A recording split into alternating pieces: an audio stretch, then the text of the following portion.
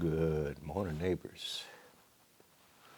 So over the last 4 years, we have witnessed a political shitstorm. There's no better term for it. How the last 4 years was brought into American civics, this isn't this is a civics lesson, is interesting. Very interesting. So in the background of all of this, all conspiracies aside, there's a legitimate organization called the Federalist Society. It is born out of Harvard Law School and a few other places. It's heavily funded by right-wing organizations and wealthy bastards because it has good fraternities, skull and crossbones kinds of things.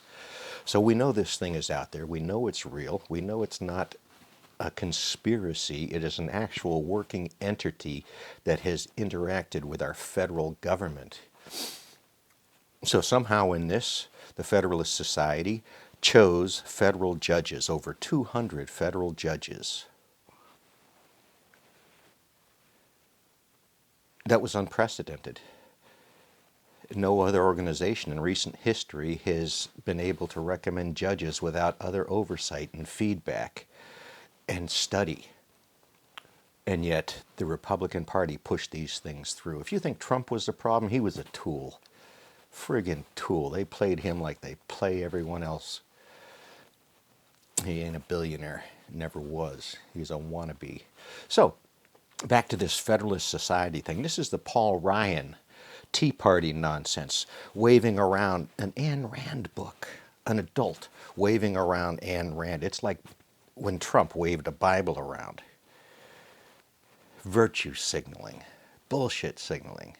And died on Social Security and poverty in New York City.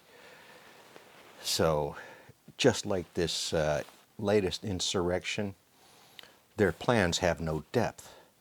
Their whole goal is to just keep some strife going on, some bullshit conversations going on. So back to the Federalist Society's judges they appointed. Of those 200 and some odd judges, do you think any of them were non-theists? Do you think any of them were not Christian? Do you think a majority of them might have been evangelical in their Christianity basis? Do you think it was a setup to keep perpetuating some notion of personal ideas and thoughts and prayers over the good of the nation, second-guessing the medical profession? You get to challenge the medical profession, but second-guessing, you're stop it.